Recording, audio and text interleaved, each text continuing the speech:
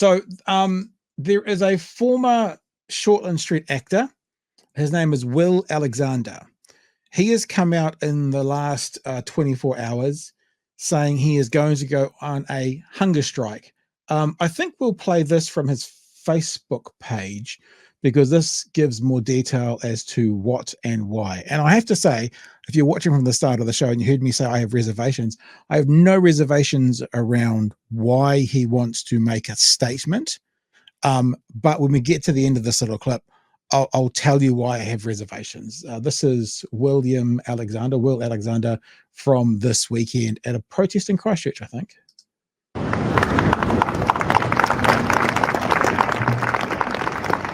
We're standing here today at the Bridge of Remembrance. And I remember my grandfather who risked his life to stop the rise of fascism in Europe during the Second World War. He risked his life to stop genocide. So what was the point of all of that if I'm just going to sit here watching it happen again on my phone while the New Zealand government supports this genocide? I mean, to point, Joey, no critiques, eh? I mean, like, on board with you, understand. That's what I'm saying. No, there's no criticism of the cause and what he's saying at all. Keep going. I have to do something about this. And so today at 1 o'clock, I've started my hunger strike. I will not eat anything until the New Zealand government stops bombing Yemen and withdraws our troops from the Red Sea.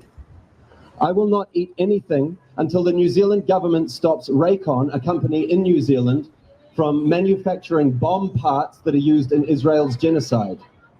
And I will not eat anything until the New Zealand government resumes and then doubles its humanitarian aid funding for UNRWA.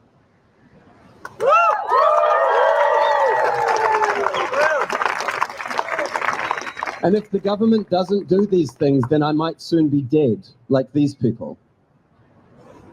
But there is hope. There is hope in people like who risked her life to climb onto the roof of the Christchurch City Council building with a Palestinian flag to protest the New Zealand government's complicity in this genocide. There is hope in people like John Minto, who attended an anti-apartheid conference recently. And there is hope in your anger that fuels these peaceful protests. The people are rising up and our governments work for us. Hands off Rafah! Hands off Rafah! Hands off Rafah! Hands off Rafah! I think in his other, and it's a very powerful protest, like in the saying, there's fake, but bodies on the ground, etc., etc., etc. So for those people who are listening to the audio podcast, here's a clip up right now. This is my 3 demands: withdraw New Zealand troops from the Red Sea, stop Raycon manufacturing weapons components used in Israel's genocide, and resume and then double humanitarian aid funding for UNRWA. Now, you're not going to get anything from me about the cause. Nothing negative. I mean, it's on board, 100% with you, 100%. This is the reservation. The government's not going to do what you're demanding. And because the government's not going to do what you're demanding, you are either going to die, which I think is unlikely, or you're going to withdraw your hunger strike, and then that will actually feed the opposition to supporting Gaza and give them fodder to lob over in this area. That's my reservation, Chewy. Yeah. Yeah, it's a hard thing to criticize, though, isn't it? Well, not the cause. Absolutely not. I just think, though, yeah, that's what I think. I think the most likely scenario, we'll put it this way. Do you agree, Chewy, that the government will not relinquish to his demands? No, I can't see how they can clear all 3 of those things. Yeah. So in other words, that's not going to happen. So therefore, Right, he's either going to die, which I think is unlikely, or he's going to withdraw his hunger strike and give fodder to the opposition to basically minimize the cause he's trying to further. We support the cause, but this being withdrawn, what we're going to do could give people the opportunity to minimize the cause. That's my reservation. Like I can see I can see the top one. Pull New Zealand troops out of the Red Sea. Mm. I could see the government doing that. Resuming aid to UNRWA. I think Winston has more or less indicated that our donations to our turn for donations to them is, I think, the end of June. Yeah. Doubling them. They won't double them. Can't see them doubling it. No. And I don't know enough about that Raycon company or what the government can compel them to do. But yes, you're exactly right. If you're not sure that you can apply that much pressure, then yes, you're in a position of backing down and giving up. I mean, I don't know if this is a great comparison because different protests, different country. Look, in the States, someone set themselves on fire and died to make a statement, and that is essentially being brushed aside in the States. Like it barely moved the needle, which is fucking crazy to me. I want to make it clear as well, so people don't get it twisted from what I said. I've said I have reservations, not I don't support. Firstly, I haven't said anyone even said that in the chat, but I just want to make that really clear. And the reservation is that I don't think in this country someone going on a hunger strike could even actually starve themselves to death, because I think at the worst point they'd be unconscious in a hospital with a feeding tube, right? And so the only realistic situation is the person backs down and has to say, for these reasons, I'm now withdrawing which he's entitled to do. But like I said, I just don't like the giving that opposing view any fodder, and that's what my reservation is over. I'm also happy to sit here and go, yes, I had reservations, but he was 100% correct. I'm completely prepared to do that in 6 weeks from now, right? And I was wrong and he was right 100%.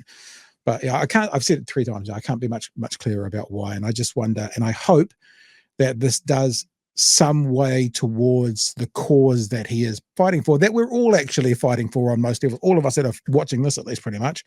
And I have reservations. I've read reservations as to what will be the end outcome from this particular protest, as opposed to the end outcome from the protest in general. Yeah, I'm just sitting here thinking of other demands, essentially. Yep.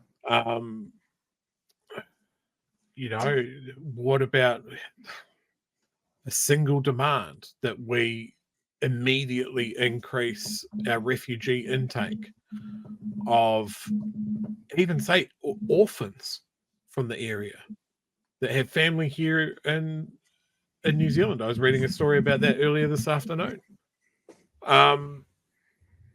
Demanding that the Israeli ambassadorial team get turfed out on their area. Let me say this as well, though, and this is not said from someone who sits on the fence, right? I don't. But Chewy, what you're currently doing, speaking with people about what's going on in Dunedin with the homeless, is more likely to get an outcome than you sitting in the Octagon saying you're on a hunger strike till you die, unless they put those, the homeless people into that building right now. Do you know what I mean? I don't want to criticize him. He's got a way of doing it, but I just think as well, I do this a lot when I'm working with businesses, and I do this a lot when I'm talking to my kids, not to be patronizing, but what's the outcome you want to see? If the outcome is X, then what we now need to do is plan how to get to X. Like, what's the steps we need to take to get to X? And I guess my reservations, though, I believe the steps he is taking will not get to X no matter what. So the steps will either fall over or he'll be incredibly seriously sick. I guess that's the choice he's made. You know what I think this is an indication of, right? We have had a constant series of rallies throughout a lot of cities in New Zealand. The one in Dunedin has gone on every single Saturday since the weekend this started. Yeah. And there's been a lot of people, and it's been very vocal, and there's been a lot of suggestions of what we should do, and nothing has changed. And we've seen bigger, more strident protests overseas, in Israel, in the US, in most of the European capitals. And nothing has changed. The genocide has gone on. The weapons packages have continued to be developed and delivered, and nothing has changed. And it's more dead children, and it's more aid shipments that are getting kicked over by Israelis that don't want to let it in. And you've got the IDF telling people in the south to evacuate north and people in the north to evacuate south, and the bombings continue and nothing changes. And there has to be a point where someone that is passionate about the movement goes, well, I have to try something else. Yeah. Yeah. I believe in this enough that I have to do something else, anything else, to try and move that needle. And I 100% believe that this is where this fella's coming from. Yeah. That's why I don't want to make it clear. I'm not criticizing him. Yeah, and I guess one of my weaknesses is also a strength, is I'll put on my marketing hat a little bit. It sounds a little bit clinical and horrible, and go, how do we sell product X, which is peace in the Middle East? How do we sell that? How do we make that a product that people want to take on board? Maybe what he's basically doing is, well, we've tried every sort of ribbon and every colorful wrapping to try and sell this product. So now I'm going to physically beat my head against the wall until someone starts listening. And maybe it'll work. Maybe like I said, in 6 weeks, I'll say I had reservations. I was wrong. More than happy for that to be me. I would say that if you're doing something like that, you have to, it's visibility, it's media, it's sitting on the steps of Parliament and doing it. Yeah. That sort of thing. In the chat, Gordon's mentioned an excellent point. Happened in Auckland during the Vietnam War. Dr. Taylor in Albert Park. The government did change and the troops did come back. He lost a lot of weight and he kept the war in the headline for a long time. That's what you have to do. So whether this guy has a plan of how to keep this in the media notice, whether he has a reporter that's going to try and push the message for him and give him access to those eyeballs, that will matter. Yeah, I wish him all the best. I hope he can move the needle. I was just looking for the latest protest photo. I saw a protest photo from Dunedin on Saturday, I think on Twitter, and the numbers, it was just still huge. It was a huge number of people. Huge number. The numbers are really consistent, and it doesn't depend on what's on in town, and it doesn't depend on the weather. Yeah.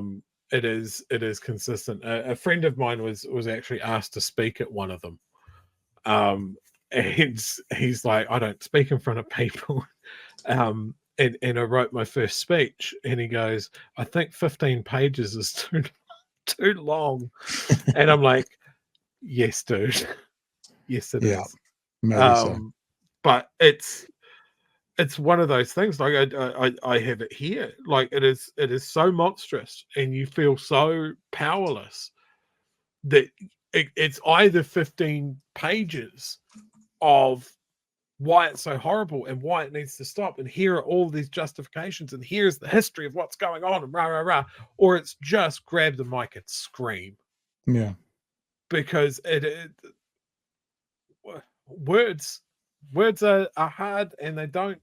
Sometimes it's just a scream. I look at those Palestinian families that have watched their extended family, and sometimes their very close family, dwindle, and just they can't contact them. They have no idea it's monstrous.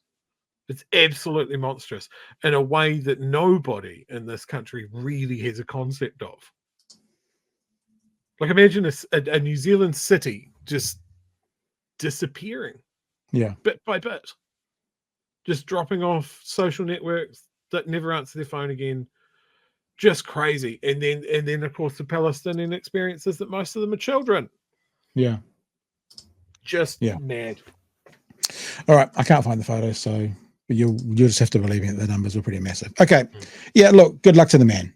And I hope the intention works into actions, which turns into a result that benefit the exact cause that we should are try and get him behind. on it.